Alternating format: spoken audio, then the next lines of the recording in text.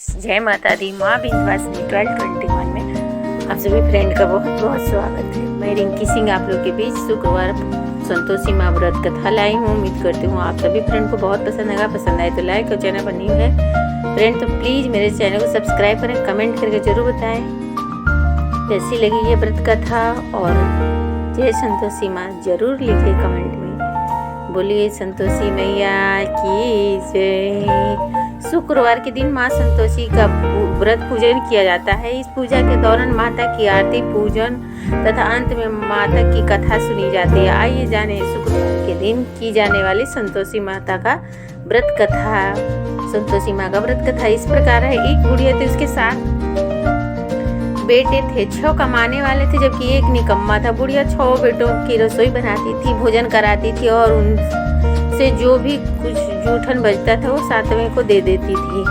एक दिन वह पत्नी से बोला, देखो मेरी माँ को मुझ पर कितना प्रेम है।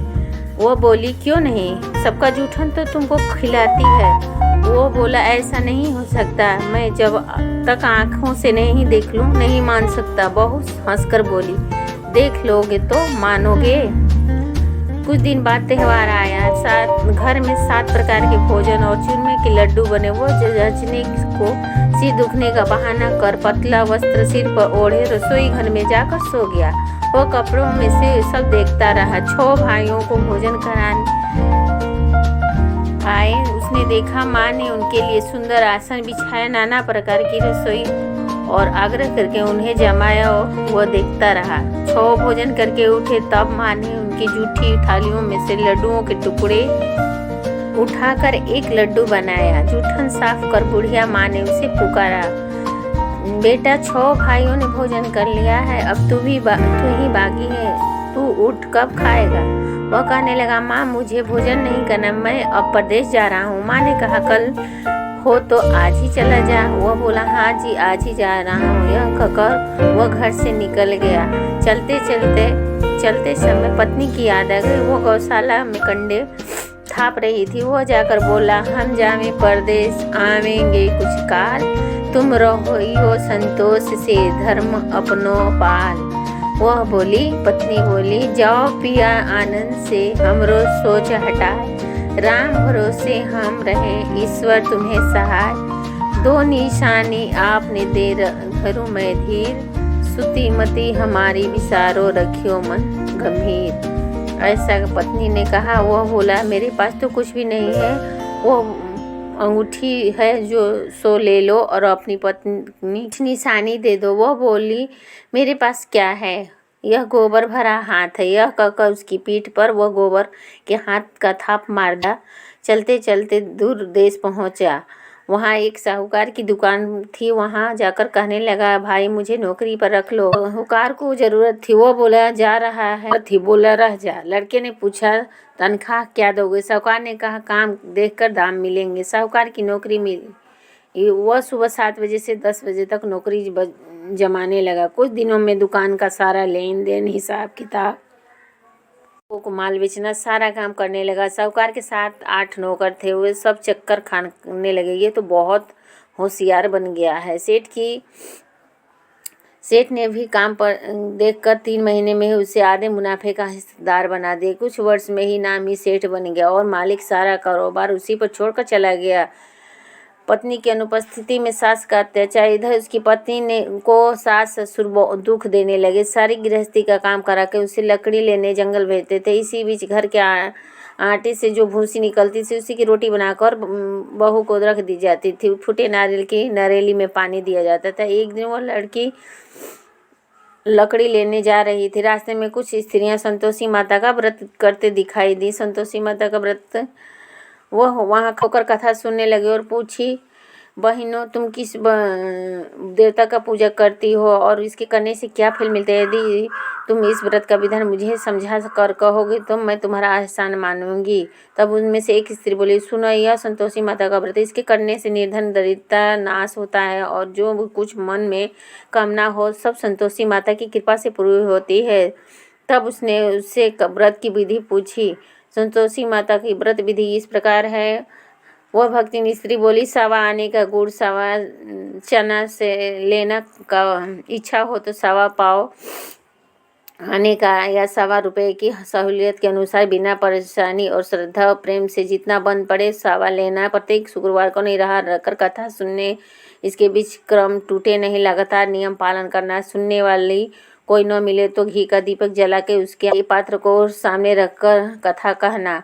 यह कार्य सिद्ध हो जाने पर कथा का पालन करना और कार्य सिद्ध हो जाने पर व्रत का उद्यापन करना। 3 मास में माता पूरा कर देती हैं। यदि किसी के ग्रह खोटे भी हों तो माता साल भर में ही सिद्ध कर देती हैं। फल सिद्ध होने पर उद्यापन करना चाहिए, बीच में नहीं। उद्यापन और 2.5 सेर आटे का खाजा तथा इसी परिणाम से खीर तथा चने का साग 8 लड़कों को भोजन कराना। यहाँ तक मिले देवर जेठ जेठानी बंधु के न हो तो रिश्तेदार और पास पड़ोस के हो बुलाना, उन्हें भोजन कराना, यथाशक्ति दक्षिणा देकर माता का नियम का पालन करना। उस दिन पर खटाई न खाना। यह सुन बुढ़िया के लड़के की बहुत चल दी।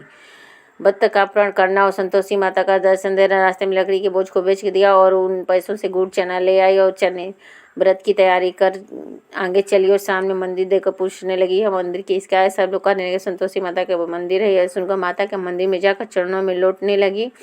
दिन हो विनती करने लगी, माँ मैं निपट अज्ञानी हूँ, व्रत के कुछ नियम नहीं जानती, मैं दुखी हूँ। हे माता जगत जननी, मेरा दुख हर कर हमें अपनी शरण में ले लो। माता को दया आ गई। एक शुक्रवार बीता कि दूसरे को उसके पति का पत्र और तीसरे शुक्रवार को उसका भेजा हुआ पैसा आ गया। यह देख जेठ जेठानी मुँह सिकोड़ने लगे, लड़के ताने मारने लगे। काकी के पास पत्र आने लगे, रुपये आने लगे। अब तो काकी की खातिर बढ़ेगी। बेचारी सरलता से कहती, मैया कागज आवे रुपया आवे सबके लिए अच्छा है, ऐसा कहकर आंखों में आंसू भर संतोषी माता के मंदिर आकर मातेश्वरी माता तेरे चरणों में गिरकर रोने लगे। माँ मैंने तुमसे पैसा कब मांगा है?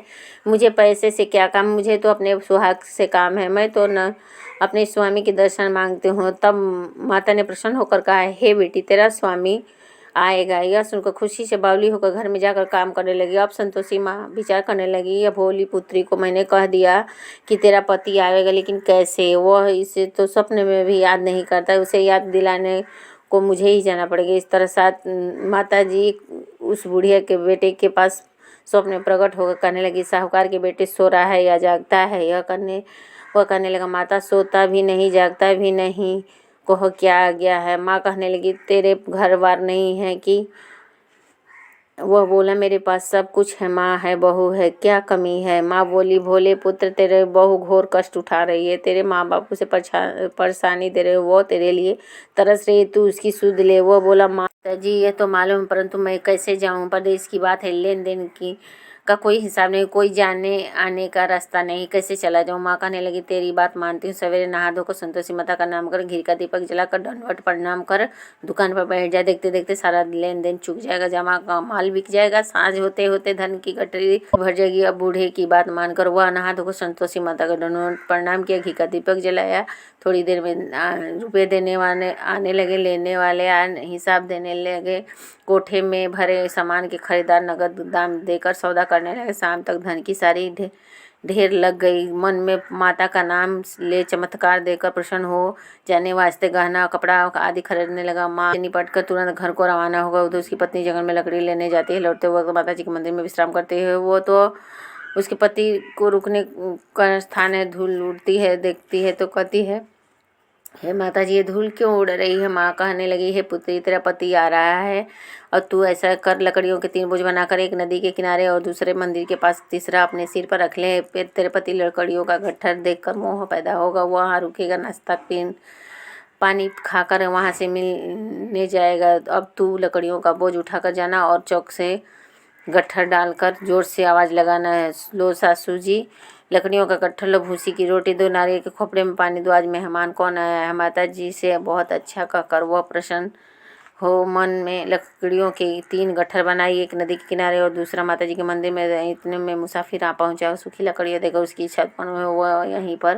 विश्राम का और भोजन बनाकर खा पी कर गाँव जाए।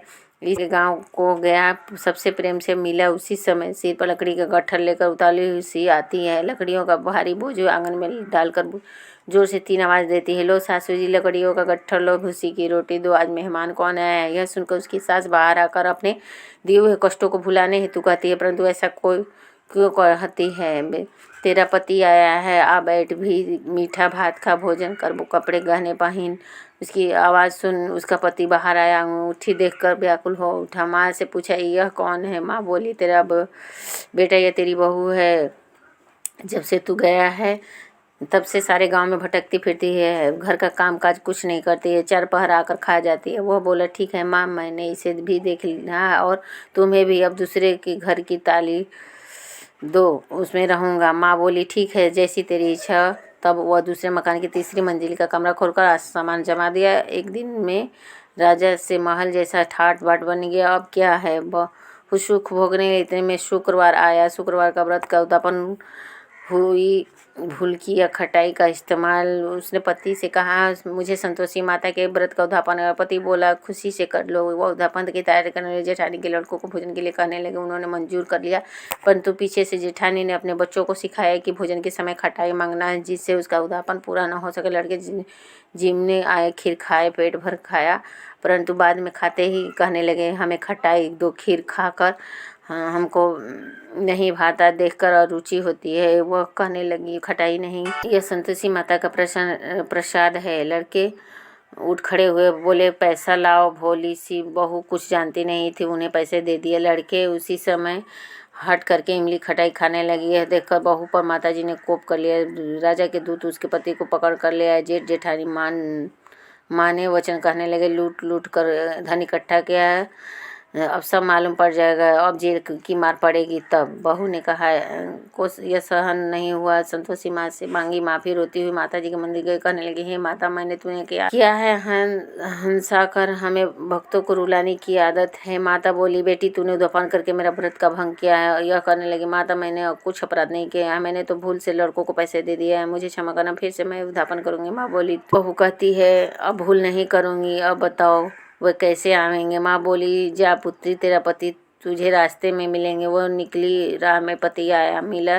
वो पूछी, कहाँ गए थे। कहने लगा, इतना धन जो कमाया है उसका टैक्स राजा ने मांगा था, वो भरने गया था। यह प्रसन्न होकर बोली, भला हुआ, अब घर को चलो। कुछ दिन बाद फिर शुक्रवार आया, माता का उद्यापन करना है। पति ने कहा, कर लो। फिर जेठ के लड़कों को भोजन को करने को कहने गई। जेठानी के 2 बातें सुनाई और सब लड़कों को सिखाने लगी। अब सब कुछ पहले की ही खटाई मांगना। लड़के भोजन से पहले कहने लगे, हमें खीर नहीं खानी, हमारा जी बिगड़ता है, कुछ खटाई खाने को दे दो। वह बोली, खटाई किसी को नहीं मिलेगी, आना हो तो आओ, नहीं तो जाओ। वह ब्राह्मण के लड़कों को लाकर भोजन कराने लगे। यथाशक्ति दक्षिणा की जगह एक एक फल उन्हें देकर संतोषी माता को प्रसन्न किया। संतोषी माता का व्रत का फल माता की कृपा से 9वें महीने में उसके चंद्रमा के समान सुंदर पुत्र पैदा हुआ। पुत्र के पाकर पति दिन माता जी के मंदिर को जाने लगी। माँ ने सोचा, यह रोज आती है, आज क्यों न इसके घर चलो। यह सोचकर माता ने भयानक रूप बनाकर गुड़ चने से सना मुँह, ऊपर से सुन